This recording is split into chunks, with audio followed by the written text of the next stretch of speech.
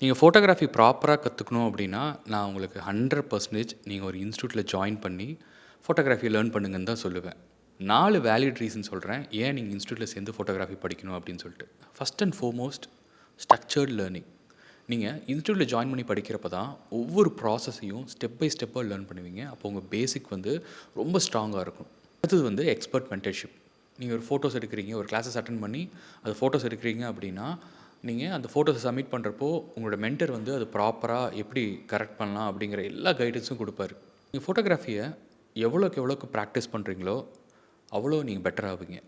இன்ஸ்டியூட்டில் படிக்கிறப்போ நமக்கு என்ன ப்ளஸ் அப்படின்னா, நமக்கு இன்ஸ்டியூட்டில் இருக்கிற நிறையா லைட்ஸையும் யூஸ் பண்ணிக்கலாம், நிறைய கேமரா கியர்ஸையும் நம்ம யூஸ் பண்ணிக்கலாம். ஸோ அதனால் உங்களுக்கு நீங்கள் இமீடியட்டாக ப்ராக்டிஸ் பண்ண முடியும். நீங்கள் என்ன லேர்ன் பண்ணுறீங்களோ அது அப்போவே நீங்கள் ப்ராக்டிஸ் பண்ண முடியும்.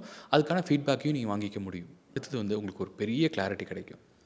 நான் ஏன் சொல்கிறேன் அப்படின்னா, ஃபோட்டோகிராஃபியில் வந்து நிறையா ஜர்னர்ஸ் இருக்குது. நீங்கள் ஒன்ஸ் இன்ஸ்டியூட்டில் படிச்சுட்ருக்கிறப்பே நீங்கள் என்ன ஜர்னர் ஆஃப் ஃபோட்டோகிராஃபி சூஸ் பண்ண போகிறீங்க அப்படின்னு சொல்லிட்டு உங்களுக்கு கிளியராக புரியும்.